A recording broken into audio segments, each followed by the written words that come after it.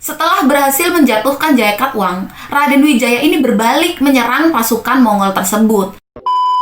Halo guys, assalamualaikum, apa kabar? Semoga kalian sehat selalu. Di video kali ini aku mau membahas tentang sejarah kejayaan dan runtuhnya kerajaan Majapahit. Pasti kalian kenal banget kan sama kerajaan satu ini? Yaps, betul banget. Kerajaan ini nih memang sering banget muncul dalam buku sejarah, LKS sejarah dari SD, SMP, SMA, dan seingatku saat aku masih kuliah ada juga materi tentang kerajaan Majapahit ini guys. Mungkin sebagian dari kalian menganggap kalau sejarah itu membosankan, tapi bagi aku dan sebagian orang yang lainnya menganggap kalau sejarah itu adalah hal yang menyenangkan, terutama sejarah tentang Indonesia. Nah, kerajaan Majapahit sendiri menjadi sejarah yang gak bakal terlupakan oleh bangsa kita, karena kerajaan ini sempat menjadi kerajaan terbesar di Nusantara sebelum akhirnya runtuh. Terus gimana sih sejarah berdirinya, sejarah kejayaannya, dan sejarah runtuhnya kerajaan ini? Kalian penasaran? Oke, listen to my YouTube channel. Let's get the best information. Kemaharajaan Majapahit pernah berdiri sekitar tahun 1293 hingga 1527 Masehi, yang mana pusat pemerintahannya berada di Jawa Timur dan dianggap sebagai kerajaan Hindu-Buddha terbesar dalam sejarah Indonesia. Sejarah tentang kerajaan Majapahit ini ada yang mengatakan masih belum terlalu jelas karena masih sedikit bukti-bukti fisik yang telah ditemukan. Adapun sumber sejarah yang dijadikan acuan oleh para sejarawan adalah Kitab Pararaton yang ditulis dalam bahasa Kawi dan Kitab Negara Kertagama yang ditulis dalam bahasa Jawa kuno. Selain itu ada juga sumber yang berupa sejumlah prasasti dalam bahasa Jawa kuno dan catatan sejarah dari Tiongkok dan catatan sejarah dari negara-negara yang lainnya. Sebelum kerajaan Majapahit ini berdiri, ternyata kerajaan terkuat di Jawa adalah kerajaan Singosari. Nah, kerajaan Singosari ini turut andil dalam asal-muasal berdirinya kerajaan Majapahit. Jadi ceritanya kerajaan Singosari ini adalah kerajaan yang sangat kuat sehingga kabar tersebut terdengar ke penguasa dinasti Yuan dari Tiongkok, yakni Kubilai Han. Nah, Kubilai Han pun mengirim seorang utusan yang bernama Mengci ke Singosari, yang mana utusan tersebut menuntut upeti dari kerajaan Singosari. Raja Kertanegara yang tak lain dan tak bukan adalah raja terakhir kerajaan Singosari tentu saja menolak tuntutan membayar upeti. Dia pun mempermalukan sang utusan. Tentu saja hal itu membuat Kubilai Han marah besar dan memberangkatkan ekspedisi ke Jawa pada tahun 1293. Saat itu, adipati yang bernama Jaya Katuang membunuh Raja Kertanegara. Namun, Jaya Katuang mengampuni Raden Wijaya yang merupakan menantu Raja Kertanegara, karena Raden Wijaya ini datang sendiri untuk menyerahkan diri dan ingin mengabdi pada Jaya Katuang. Raden Wijaya kemudian diberi sebuah hutan yang bernama Hutan Tarik, yang mana di hutan itu Raden Wijaya membangun sebuah desa yang bernama Majapahit. Maja berasal dari kata buah maja, dan pahit berasal dari rasa pahit dari buah maja itu sendiri. Nah, saat pasukan Mongol tiba, Raden Wijaya bersekutu dengan Mongol untuk menyerang Jaya Katuang. Setelah berhasil menjatuhkan Jaya Katuang, Raden Wijaya ini berbalik menyerang pasukan Mongol tersebut. Dan mau gak mau pasukan tersebut harus mundur dari Jawa Timur. Kerajaan Majapahit pun berdiri pada tanggal 10 November 1293 dengan Raden Wijaya sebagai rajanya. Yang mana Raden Wijaya ini dinobatkan dengan nama Kertarajasa Jayawardhana. Ya, yang namanya kehidupan pasti ada aja masalah. Nah, Raden Wijaya ini sempat menghadapi pemberontakan dari orang-orang yang dipercaya.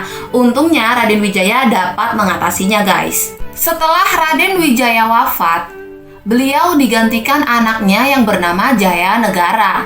Namun sayangnya, Jaya Negara meninggal dunia karena dibunuh oleh seorang tabib yang bernama Tanca. Seharusnya setelah Jaya Negara wafat, tahta kerajaan dipegang oleh ibu tiri Jaya Negara yang tak lain adalah Gayatri Rajapatni. Namun Gayatri malah memilih untuk mengundurkan diri dan menjadi seorang biksuni. Nah, tahta pun akhirnya dipegang oleh anak perempuan dari Gayatri, yakni Tribhuwana Wijaya Tunggadewi. Pada tahun 1336, Tribhuwana menunjuk Gajah Mada sebagai seorang Mahapatih. Dan pada saat pelantikan Gajah Mada mengucapkan Sumpah Palapa. Isi dari Sumpah Palapa ditemukan pada teks Jawa Pertengahan Kitab Pararaton yang berbunyi Siro Gajah Madah Pati Amang Kubumi Ta'ayun Amuktia Palapa. Siro Gajah Mada lamun huus kala Nusantara isun amukti palapa, lamun kalah ring gurun, ring seran, Tanjung Pura, ring haru, ring pahang, dompo, ring Bali, Sunda, Palembang, Tumasik, samana isun amukti palapa.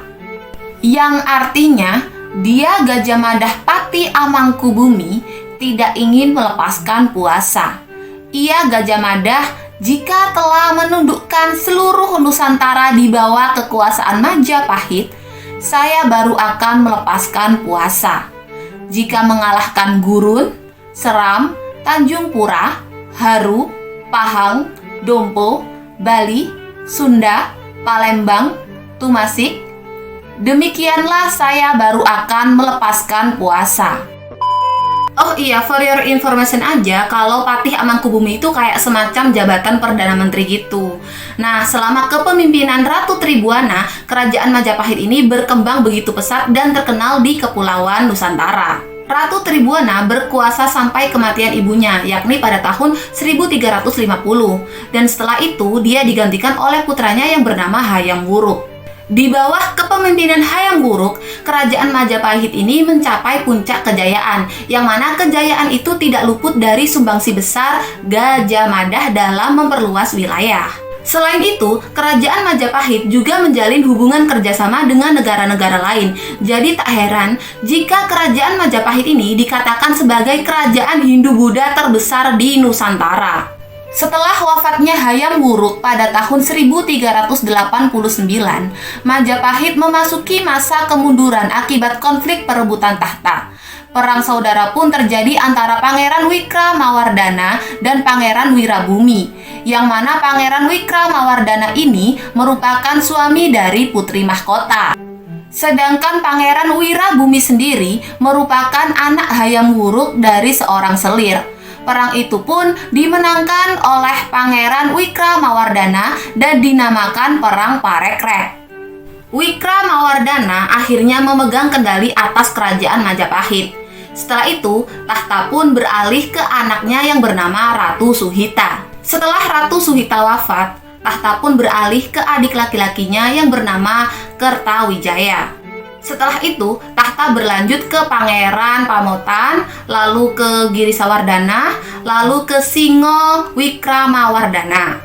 Namun pada tahun 1468, Pangeran Kertabumi memberontak pada kepemimpinan Singo Wikramawardhana. Pangeran Kertabumi pun menang dan mengangkat dirinya sebagai Raja Majapahit. Di sisi lain, Raja Singo Wikramawardhana mengasingkan diri di pedalaman di Daha, yang tak lain adalah ibu kota bekas kerajaan Kediri. Di sana, dia terus melanjutkan pemerintahannya hingga ia digantikan oleh putranya yang bernama Ranawijaya. Tak lama setelah itu, Ranawijaya pun menggulingkan Raja Kertawijaya dan merebut kembali tahta. Dia pun memerintah antara tahun 1474 sampai tahun 1498. Hingga akhirnya Ranawijaya dilengserkan oleh Patih Udara. Nah, karena konflik yang terus-menerus bergulir ini, kekuatan kerajaan Majapahit semakin lama semakin menurun. Karena pengaruhnya yang semakin lama semakin melemah, beberapa wilayah pun melepaskan diri dari kerajaan Majapahit. Dan di sisi lain, bangkitlah sebuah kekuatan baru, yakni Kerajaan Demak, yang tak lain didirikan oleh keturunan Pangeran Wirabumi. Nah, akhirnya lama-kelamaan eksistensi kerajaan Majapahit pun menghilang begitu saja, alias runtuh, guys. Nah, begitulah sejarah kerajaan Majapahit yang berhasil aku rangkum. Dari mulai berdirinya, kejayaannya, sampai runtuhnya. Oke, kalau kalian penasaran dengan suatu cerita, kalian bisa request di kolom komentar. Oke guys, bila mungkin aku ada kesalahan kata atau kesalahan informasi, aku mohon maaf dan mohon koreksi. Karena sejatinya aku hanyalah manusia tepat salah dan tepat lupa. Kalau kalian suka sama video ini, kalian bisa like, komen, dan subscribe. See you next time, dan wassalamualaikum.